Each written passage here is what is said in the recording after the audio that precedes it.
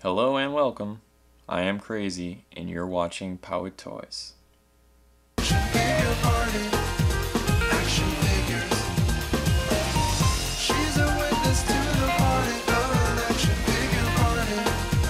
Action figures. Today I have a special treat for Marvel Legends fans. I get requests all the time to do more episodes on Marvel Legends figures.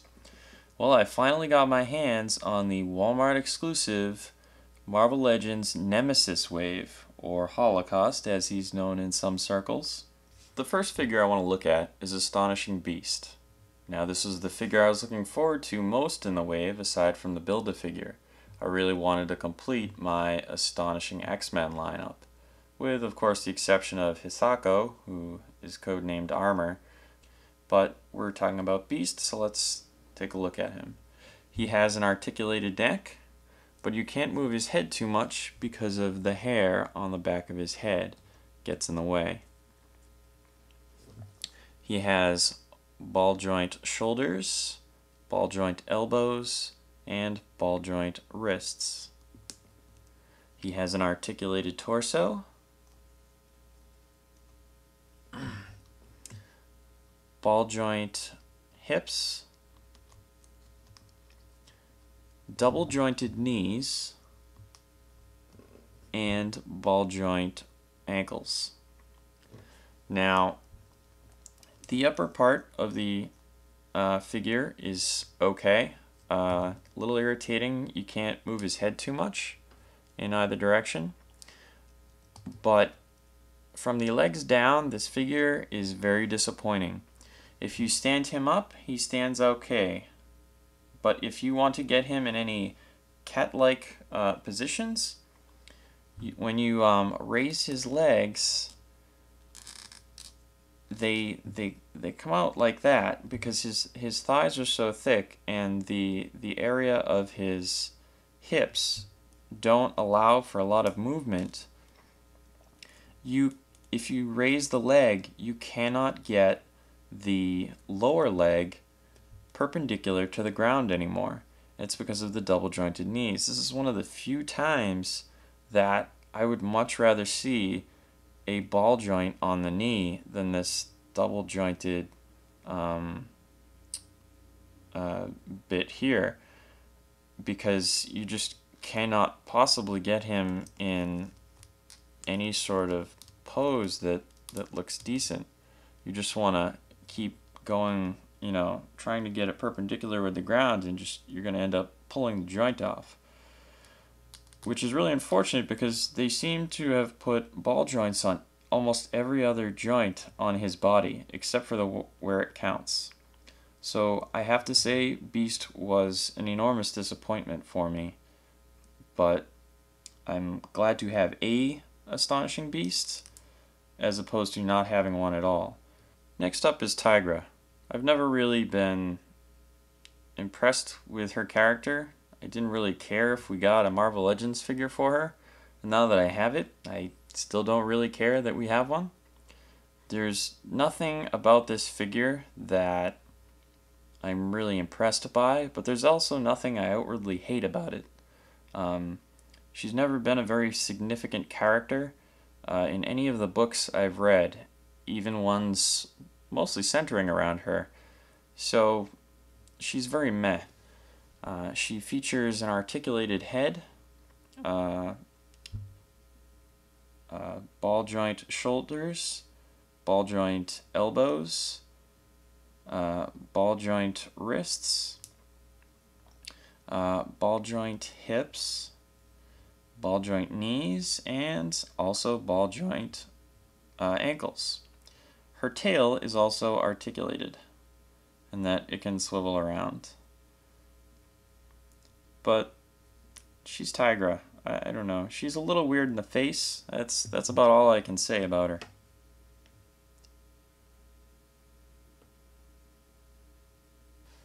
Here we have the man without fear, Daredevil himself. He is in his yellow costume. There was a all red costume variant. I am a little disappointed I chose not to pick him up because I have to say I was really impressed with this figure. The sculpt on his face is really nice, in addition to all the details on his costume. His little nunchucks here that he has can even fit in the little holster on his left thigh.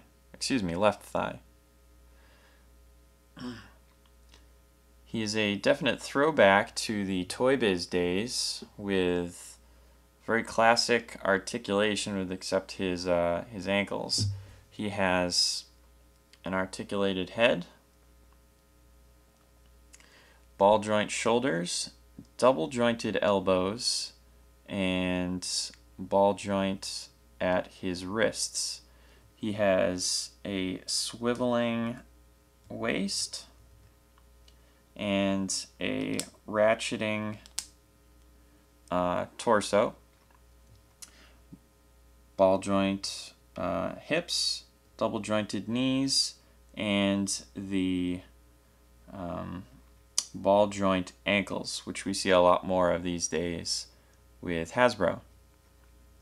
Like I said, this was probably the figure I cared least, well, I wouldn't say least, Tiger I cared least about, but I wasn't really looking forward to this figure. I didn't really care, but this figure really impressed me, and I'm happy that I got him, and disappointed I didn't get the variant. Here we have Nova. Now I really would have liked to have seen Nova in his modern armor or outfit. I have just came off of reading Annihilation, and he's a very pivotal character in that story, and he got all new armor, and the bio on the back of his card even went so far as to mention that he absorbed the entirety of the Nova Force in addition to the Xandarian World Mine. But we got the classic Nova, which isn't a bad thing at all. I'm actually pretty happy with the figure we got. I was looking forward to him, and I was not disappointed. He is loaded with articulation.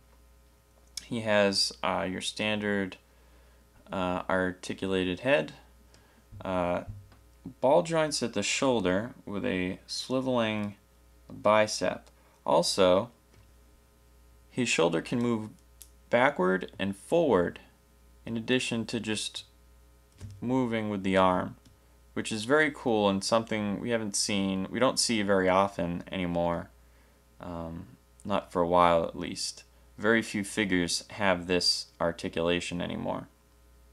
Nova also features a double jointed elbow and a swiveling wrist, so you can move it up and down, and his hands are articulated at the knuckles, which is pretty cool. I think this is the same articulation that Quicksilver had in Wave 2, all the way back. And while this is nice, it's still a little awkward. I'd really like to see Marvel Legends start coming with additional fists in different positions so that they could actually hold accessories or, just be able to make better dynamic poses. Nova's also features a ratcheting torso and a swiveling waist,